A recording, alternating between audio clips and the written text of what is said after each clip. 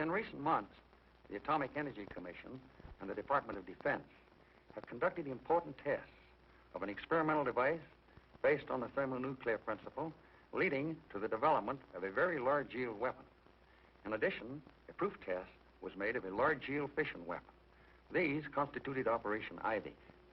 The report of these accomplishments is about to be presented in film form. We will show you new techniques and new scientific developments. We will minimize the portrayal of normal military service support, since you're familiar with this aspect of test operations. As commander of Joint Task Force 132, I invite you to observe Operation Ivy, carried out on our Pacific Proving Ground, Eniwetok Atoll.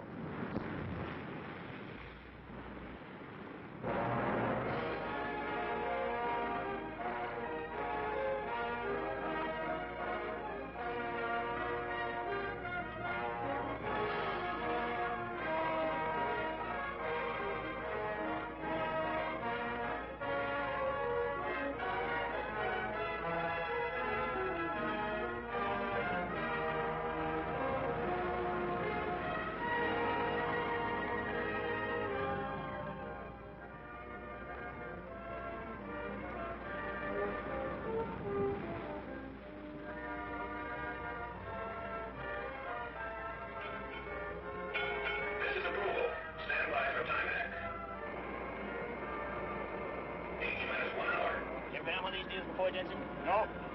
Where I feel right now, I just heard it back at Pearl. You may be right. I hear this is going to be a big one. You aren't kidding. We wouldn't be out here in open sea if it wasn't a big one. Captain, we're in position. Recommend reduced speed, sir. Very well, Mr. Adams. Alvin, steady as you go. Steady as you go, sir. All engines ahead 1/3. All engines ahead 1/3, sir. Engine room con ahead 1/3. All engine answer ahead 1/3, sir. Engine room reports making turns for 4 knots, sir. Very well. How are the wind and tide affecting us? As predicted, sir. Good. It's important that we stay within that area so we remain within the television column. Yes, sir. Welcome aboard the USS Estes. As you may or may not know, the Estes here is the command ship of Joint Task Force 132. We have minutes to go before the first blast, mic shot, of Operation Ivy. 59 minutes now, to be exact. We've been here since daybreak. Left Wetok last night during the early morning hours. Now, as you can imagine, feeling is running pretty high about now, and there's reason for it. If everything goes according to plan, we'll soon see the largest explosion ever set off on the face of the Earth. That is, the largest that we know of.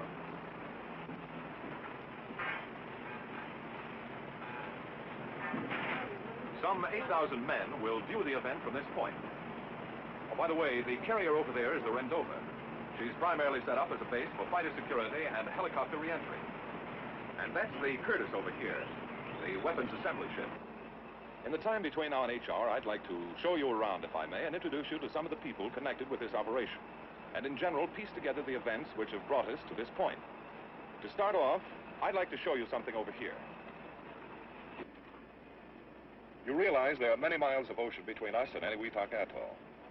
To know what's going on back at the atoll, these antennas are receiving televised signals and are giving our men here a second-by-second account of what's happening on Shot Island. The television receivers are in here, in the control room. Oh, but before going inside, let's take a look at a chart. It may give you a better idea of our location. This is our position, 10 miles south of Eniwetok Island, or about 30 miles south of Ugalad, the Shot Island. We must keep a very accurate position here because of the televised signal. It's a very narrow beam, and the ship must stay within that beam. Now, perhaps you're wondering why we're out here in ships. Well, the answer is very simple. It's too dangerous on land. We're expecting a yield of from 4,000 to 10,000 kilotons. That's equal to between 4 and 10 million tons of high explosives. Now, considering all possible effects from a bang of this size, the best observation point is at sea, on a mobile platform at a known safe distance from 0 point. Okay, let's go inside now.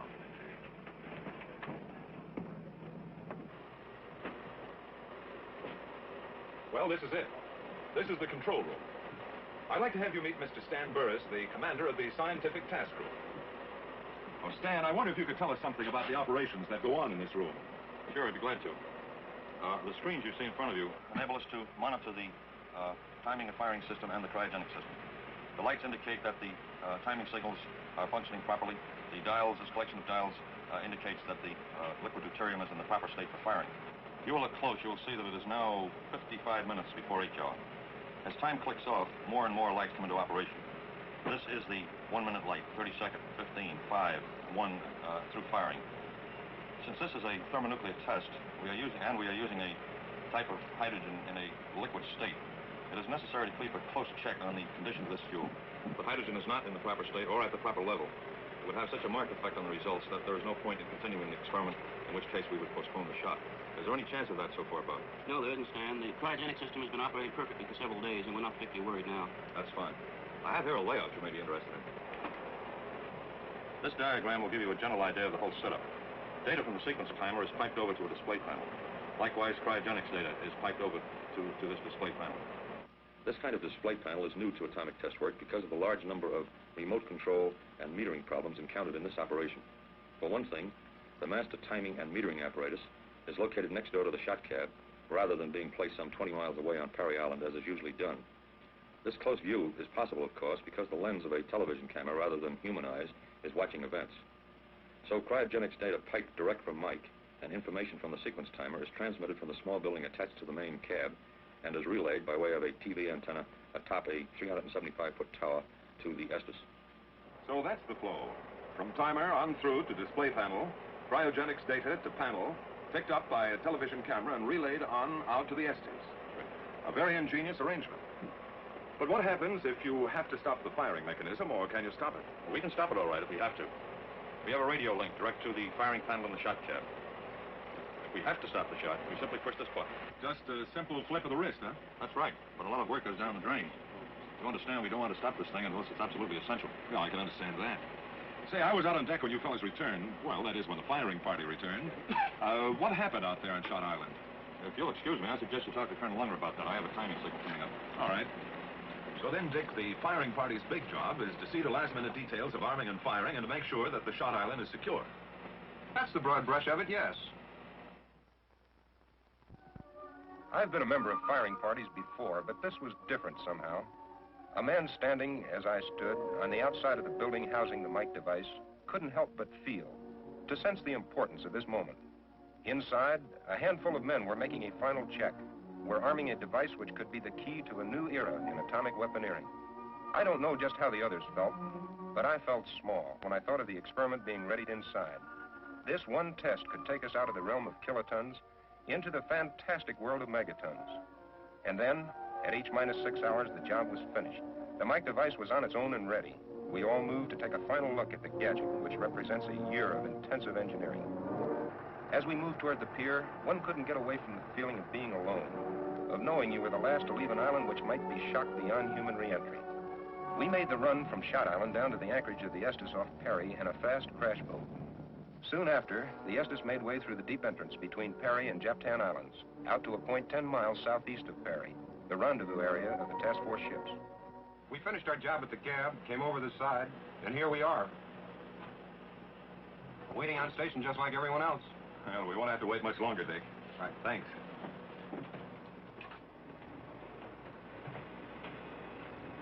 Well, that's part of the story. A small part, actually, of this whole ball of wax. An operation like Ivy has many facets, some large, some small. Behind the present activities on this ship, behind what went on at the atoll itself, whatever preparations had to be made in the States, is the broader story of policy, philosophy, of planning. Now, this deeper story, the background, so to speak, has its roots entwined in the broad international picture, in the larger aspects of the atomic weapons development program, in complex scientific conclusions. Not long ago at Los Alamos, I was talking to Dr. Alvin C. Graves, head of the test division there.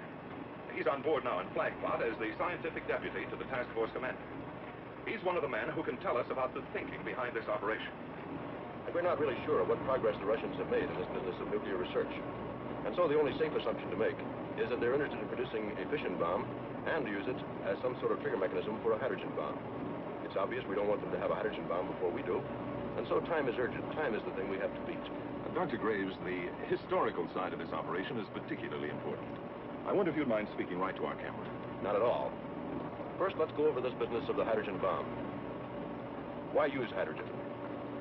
Hydrogen permits us to have an inexhaustible source of energy. It's plentiful. We don't have to worry about the critical mass limitation.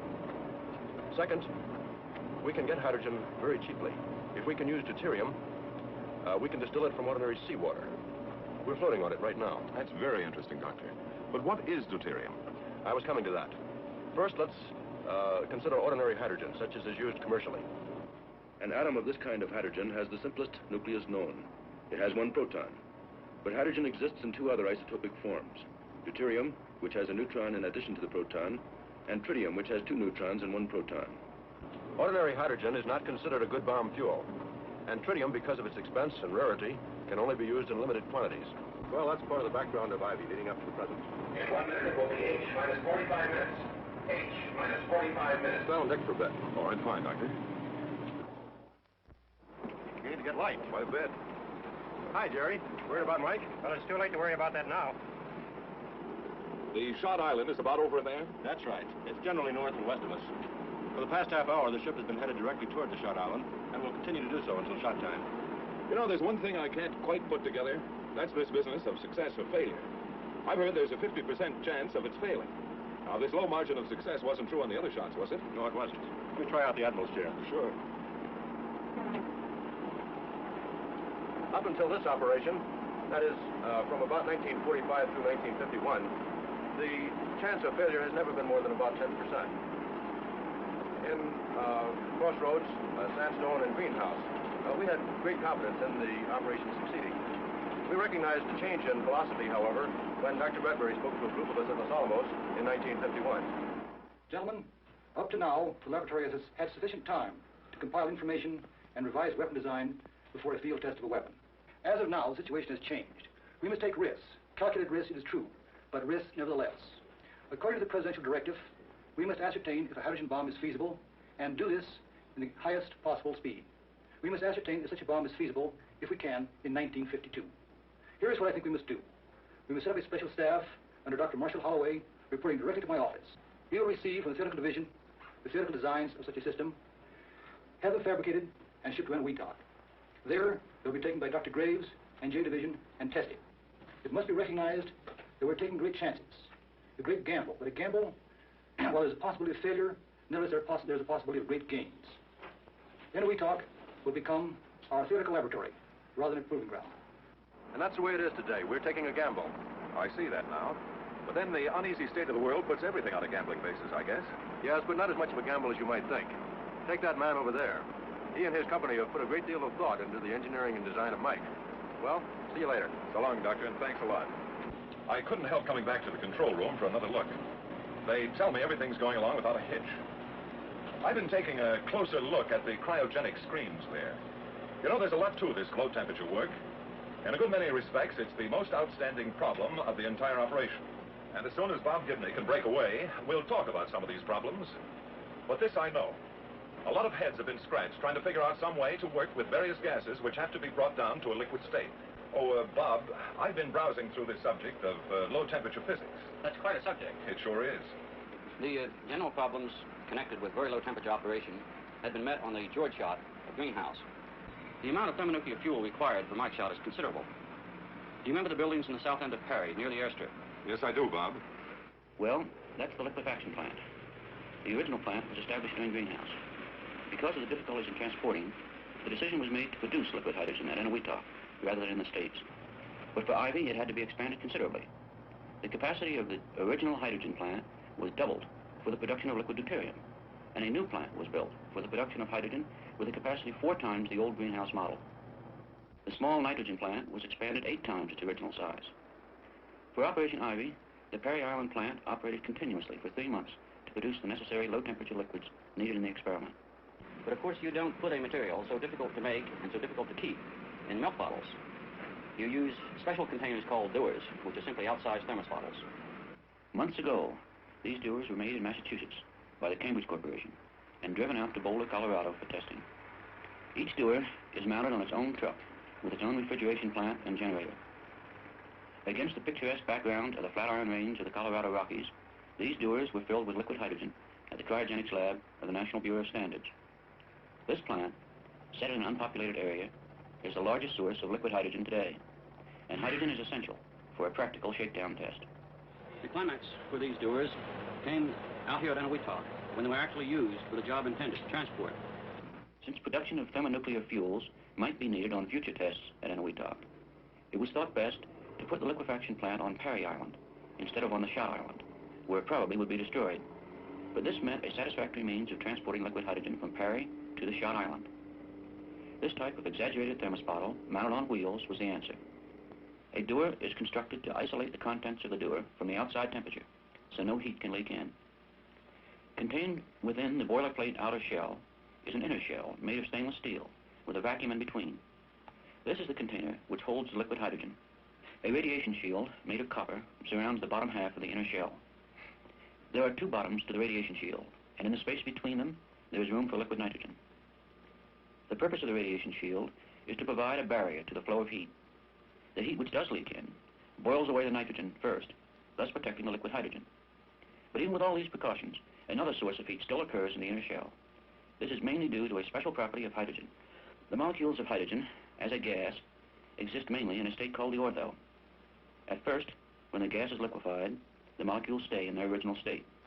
However, within a period of some 2 weeks, the molecules rearrange themselves into a state called the para. This is a natural phenomenon which always occurs. In this transfer, heat is given off, actually sufficient heat to boil off 2/3 of the liquid hydrogen. To take care of this excess heat, a special refrigerator has coils located in the inner shell. The refrigeration plant, which supplies these coils, does a remarkable job, for its coolant approaches absolute zero. Absolute zero, that unimaginably cold zone where everything stops. All life, all molecular motion. Minus 459 degrees Fahrenheit. A little above this fantastic figure, hydrogen becomes a liquid at minus 423 degrees Fahrenheit. This is the temperature to be maintained in the dewar, only 36 degrees away from the bottom, absolute zero. The helium refrigerant used can affect a temperature sufficiently low to cause the gaseous hydrogen boiling off to return to a liquid state. Well, I went into more detail from the cryogenics end of this project than I intended. Well, so far, we've pieced together quite a bit of this operation. I don't believe you've ever had a good look at our key test islands. The test islands for Mike are located at the top, or the northern sector, of Eniwetok Atoll, some 25 miles from Parry and Eniwetok, the two base islands of this atoll proving grounds. There are 3 main islands making up the test site. These are Eniwetok, Teeter, and Bogan. Early in the game, these islands were linked together by causeways, the old business of men and machines digging and piling up coral sand. These connecting roads were built to make it easy to get from island to island, and also to act as land platforms for some of the instrumentation. A sizable camp was set up on Teeter. First, it housed construction people, and later served as an advanced base for scientists working on the Shot Island. In the early months, Eniwetok was just another small, naked island of the atoll. But by midsummer, it began to look like the thing it was selected for, a Shot Island. Actually, the cab, so called because it houses the weapon, is not a cab at all, but a building set flush to the ground. It has all the earmarks of a common workshed, but in reality, it's a laboratory building set on a Pacific atoll. How do we stand at quadrant? Then they're all on the way except for the 3rd and 4th sample elements? Right. Are you picking them up on the scopes as they come into the area? Right. Yeah, well, from here in, let us have immediate notification if exact shot positions aren't maintained. This is Broadway 3. Yeah, and the helicopters, we expect to order them out in about... Aerology, which may require you to move some of your units. This, as you have probably gathered, is joint operations. All atomic test operations in the Pacific so far have been run under a joint task force kind of setup. Operation Ivy is using the same organizational structure as Greenhouse.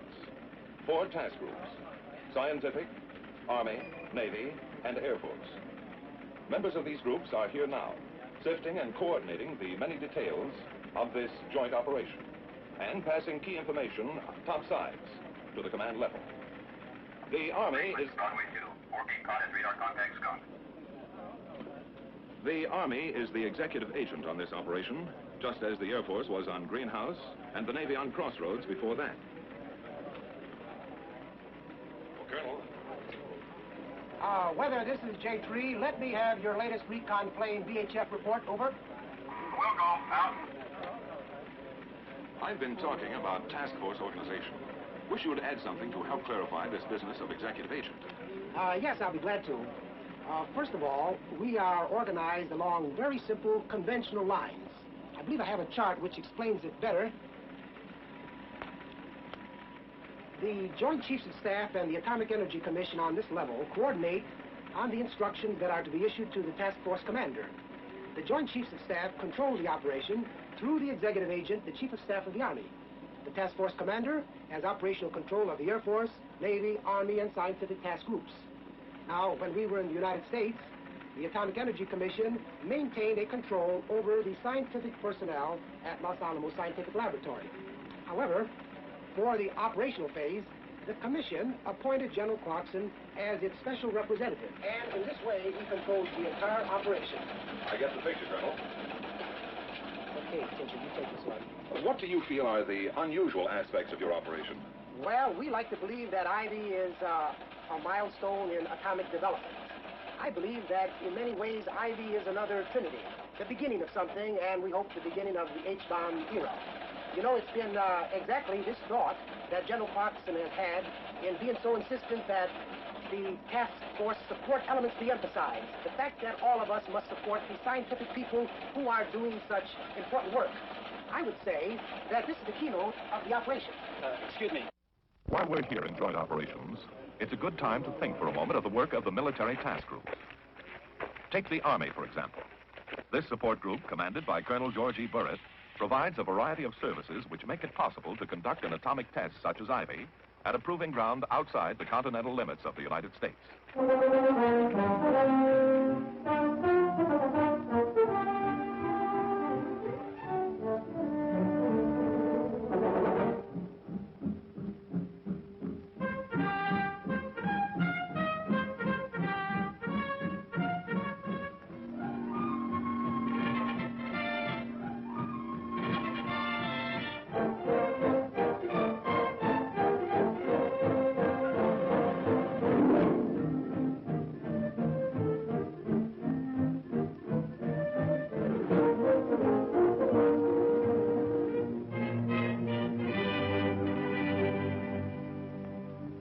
At this point in our story, it's necessary to understand the effort behind the collecting of measurement data. For what good is a test unless we can learn, can profit from the experience? Highly specialized, sometimes costly instruments help scientists bring home this vital data.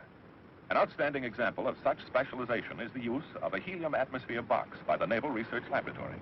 The plywood tube, looking like a train of boxcars, runs from the Shot Island across the causeways to a detection station on Forgotton, a distance of nearly 2 miles. Inside the box, the helium is contained in 200-foot polyethylene balloons, some 45 balloons being required to fill the plywood tube. The detailed progress of the mic reaction will be studied by utilizing this device. The measurement starts in the mic cap with a collimating shield, a large concrete block designed to stop all radiation which might confuse the issue. The setup is a lot like having peepholes in a fence. DT neutrons from the mic reaction will pass through holes in the concrete wall and react on iron converters to produce gamma rays. These gammas will then be collimated through the long helium tube or column to the detectors. Helium is being used for a good reason.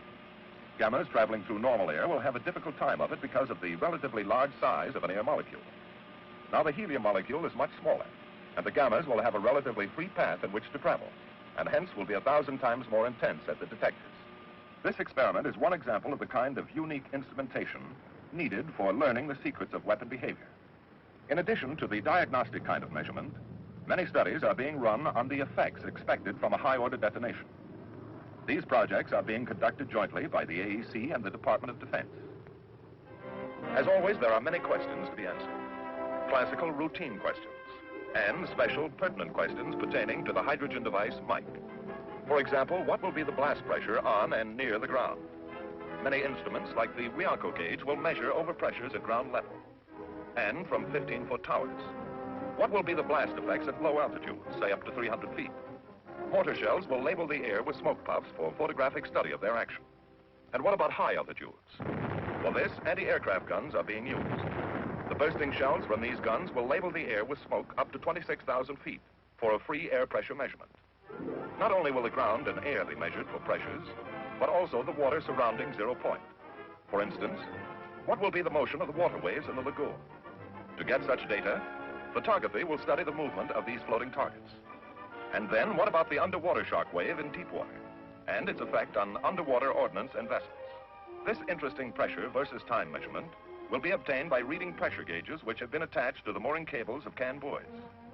Then there are the questions concerning the direction and magnitude of the wind accompanying the shock wave and the afterwind which follows it. The story of heat or thermal radiation needs continued study. The ever-interesting history of neutrons will be recorded. What amounts of external neutrons are present? And what is their energy distribution? Because of the expected size of the shot, the fallout problem is being extensively analyzed. There are questions on the size of the particles, when they got there, and how hot they are. Rafts placed out in the lagoon constitute one method of collecting this information.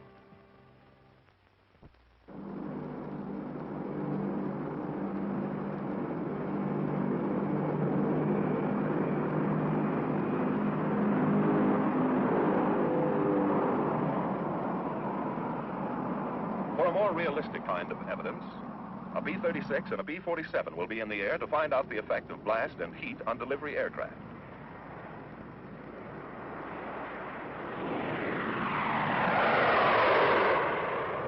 These heavily instrumented aircraft should bring back a record which will indicate whether delivery techniques need to be changed for very high-yield weapons. Well, you could go on and on about the experimental projects being run on this operation, but in so doing, you run up against the same old problem. Each project is so specialized that it becomes a study in itself. So we have given but an impression of the 60-odd experimental projects being run on Ivy. Latest word from the control room is that everything's going according to Hoyle.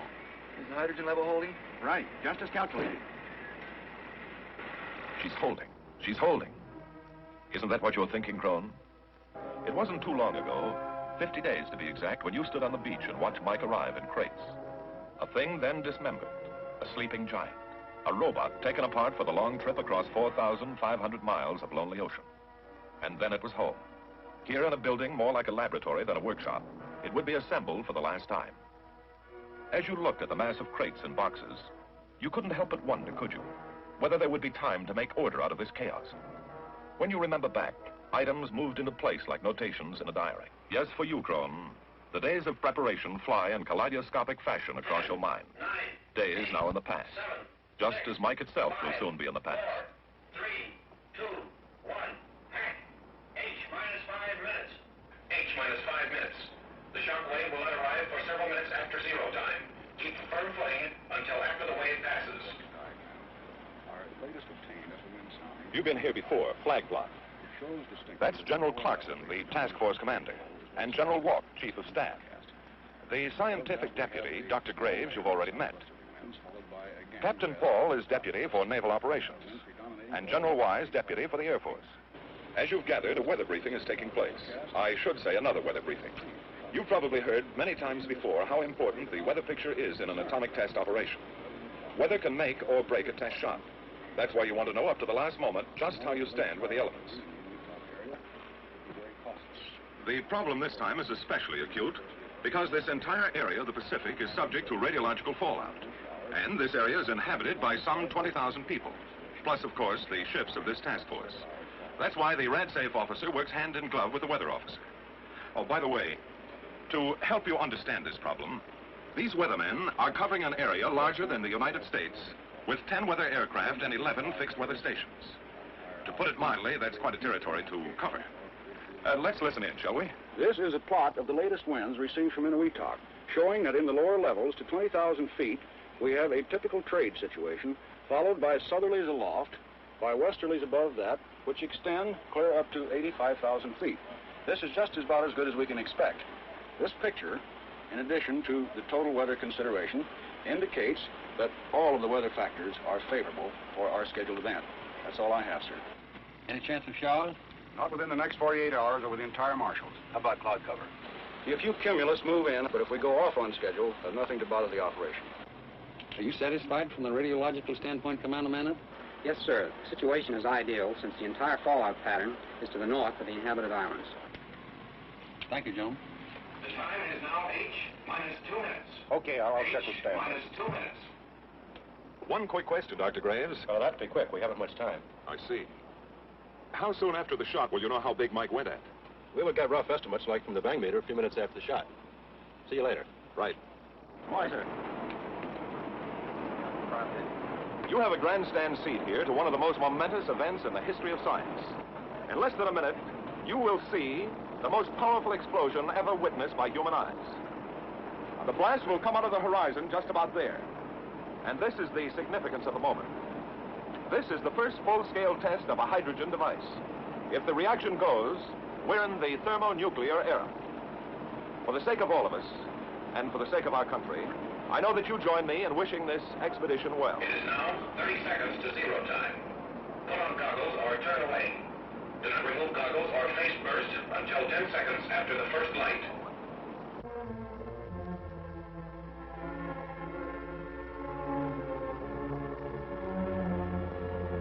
Minus 15 seconds.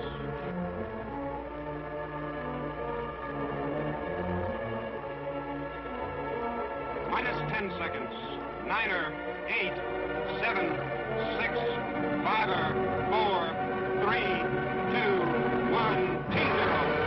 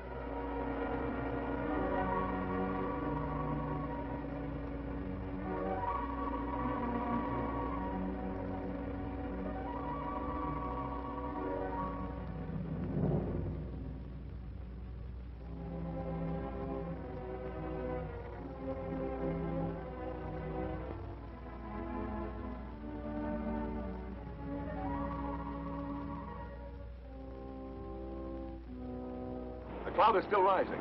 70,000 feet now, if the last estimate I heard is true. And up there at this moment, at about 45,000, are the sampler aircraft.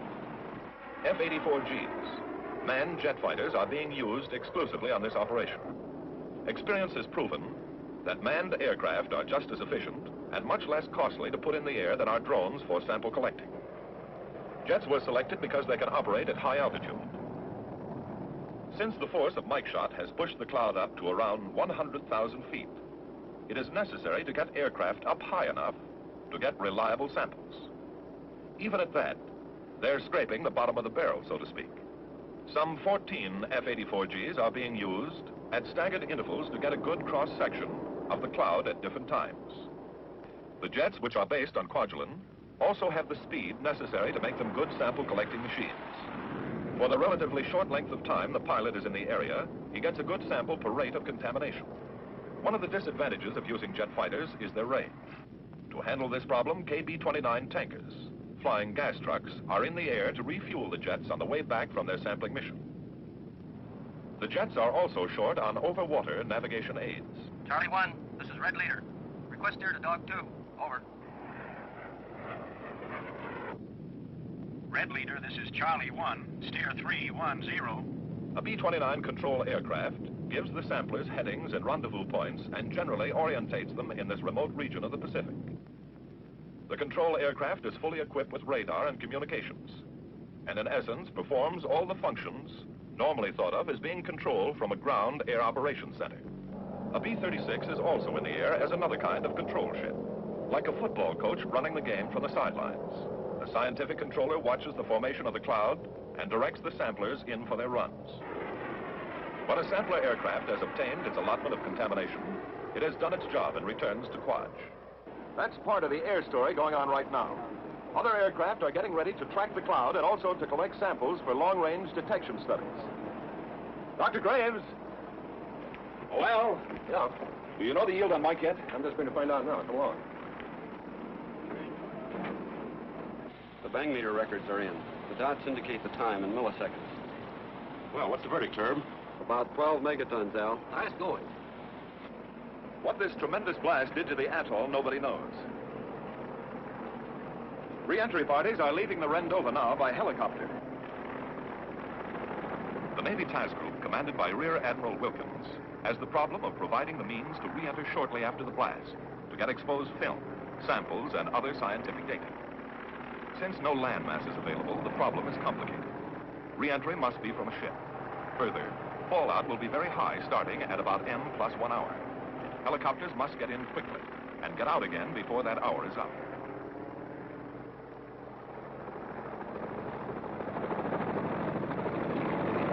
One survey group is leaving here from the Estes. I can't go along, but you can, and see for yourselves through the eyes of the camera what has happened back on the atoll.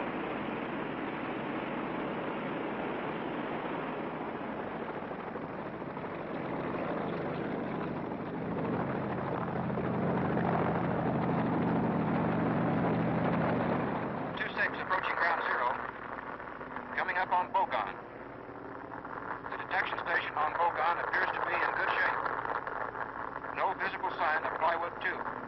All test islands seem to be swept clean. Ugilab is completely gone. Nothing there but water, and what appears to be a deep crater. Water dark blue in color. Well, the Mike phase of Operation Ivy is about over. The next and final phase, King Shot, will be an airdrop of a large yield fission weapon. And for this, I'll leave you to the air.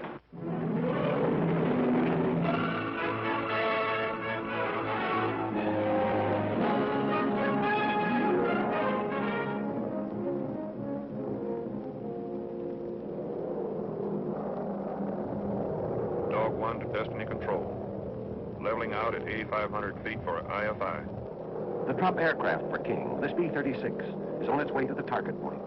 Steadily, monotonously, it wings its way from Kwajalein to a point in the sky over Eniwetok Atoll. For the first time since Operation Crossroads back in '46, an atomic weapon will be airdropped on our Pacific proving ground. AC to pilot, will you take over for a while?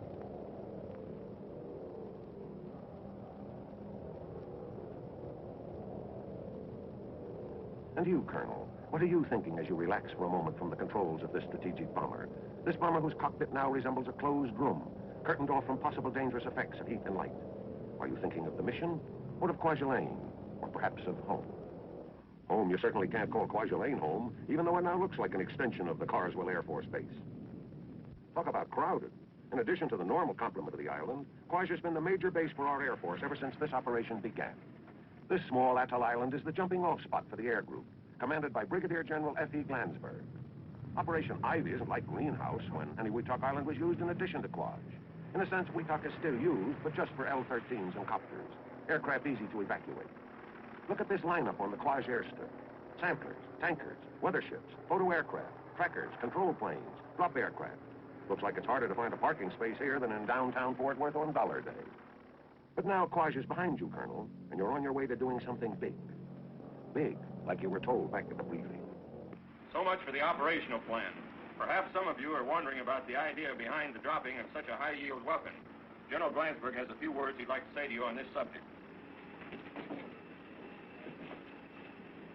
The Department of Defense has indicated that certain targets may require a bomb of such yield as the one you will be carrying tomorrow. And it's your job to put it down the pickle barrel so that they can do a decent job of proof testing it. One other thing, there's been a lot of talk about why we selected the B-36 to do this job. The reason the B-36 was selected is because it has metal control surfaces. There is still some argument as to what will happen from thermal radiation on fabric surfaces. So now you know you will have a heat problem. AC to Weaponeer. How's the IFI coming along? Weaponeer to aircraft commander. IFI proceeding satisfactorily. As you carefully check off each item of the in-flight insertion, Captain, you can tell that the preparation of the King weapon is moving along on schedule. But not too long ago, this weapon did not exist. To get King ready for Ivy, the weapon was being worked on in the States almost up to the last minute. So the weapon, minus the nuclear component, was ferried out to Kwaj by a C-124. In the meantime, after the Mike shot, the Curtis sailed to Kwajalein. Assembly people from this ship work in conjunction with Sandia in preparing King for the airdrop. Following normal safety measures, the nuclear components of King arrived from the States in a separate aircraft. And now, this superfission weapon, completed, ready, is taken from its shipborne assembly shop and moved under the cavernous belly of the waiting B-36. As the B-36 moves on its way to the target, the weather situation suddenly changes and becomes unsuitable for the test. And this means that the finely coordinated effort has to be canceled and the drop plane recalled to Quad. For 72 hours, the King phase of Operation Ivy waits on weather. Men and machines who have been geared for the mission have to start all over again. Finally, shortly after dawn on November 16th, the go-ahead is given. This time there will be no turning back. This time, King is on its way to the proof test for which it was created. Weaponeer to aircraft commander, IFI completed. AC to engineer, set climb power. And so the King bomber climbs into the thin air of the stratosphere and levels off at 40,000 feet, its bombing altitude.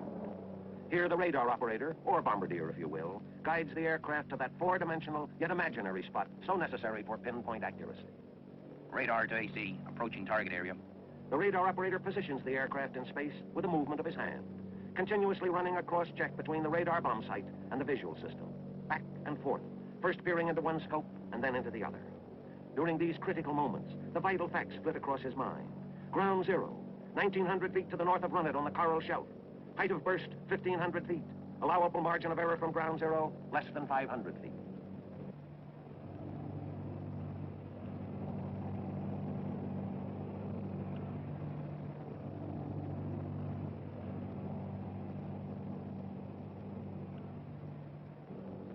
Zero. In the 56 seconds it takes the bomb to fall, the men of Operation Ivy wait on Parry and Eniwetok Islands. Unlike the Mike phase of the operation, the King phase will be observed from land. The bomb is now at 8,500 feet, at 6,500 feet, at 4,500 feet, at 2,500 feet, approaching 1,500 feet. Watch the air overrun it.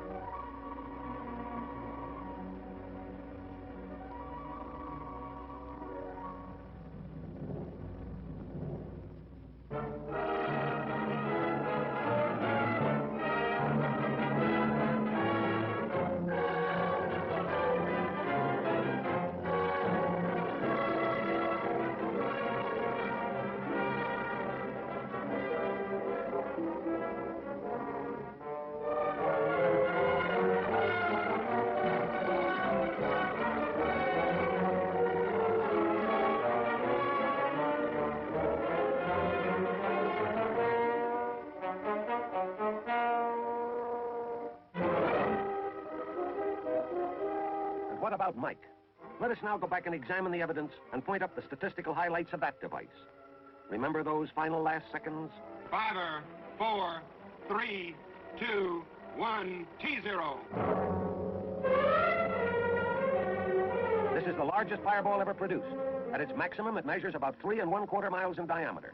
Compared to the skyline of New York, this means that with the Empire State Building as 0 point, the Mike fireball would extend downtown to Washington Square and uptown to Central Park. In other words, the fireball alone would engulf about 1/4 of the island of Manhattan.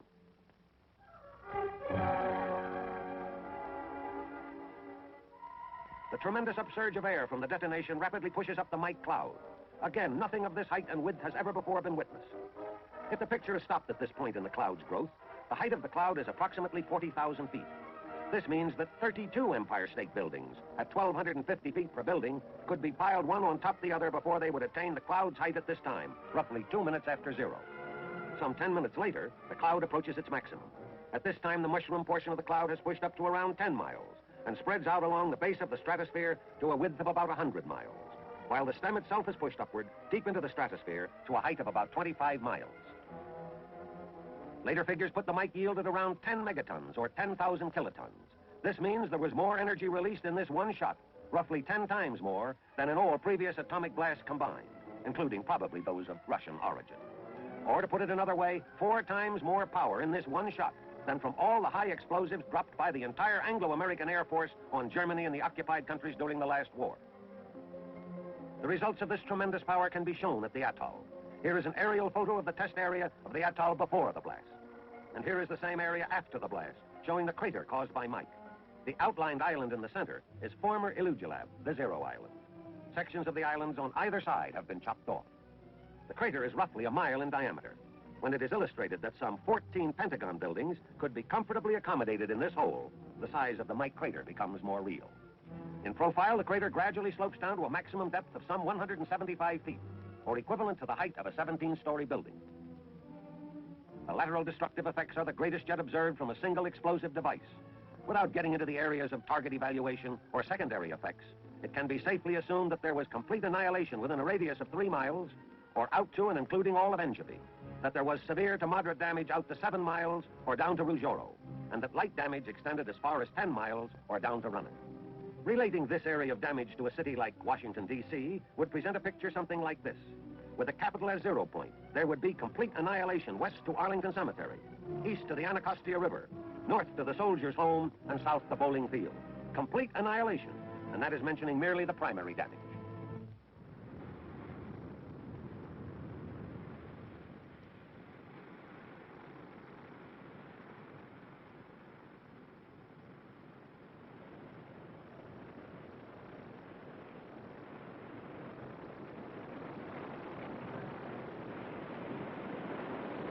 Well, it's all over.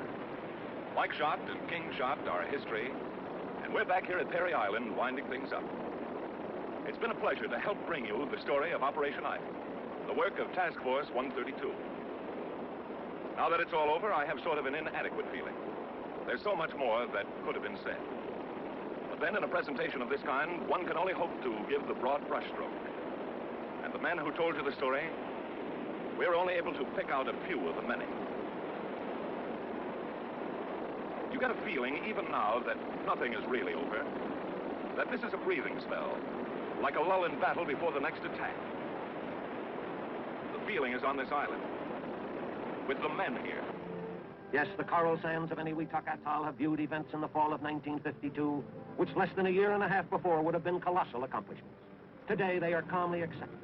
This is characteristic of the progress being made in the weapons development program. What is new today is old hat tomorrow. And of the day after tomorrow, who knows what these Pacific sands may see?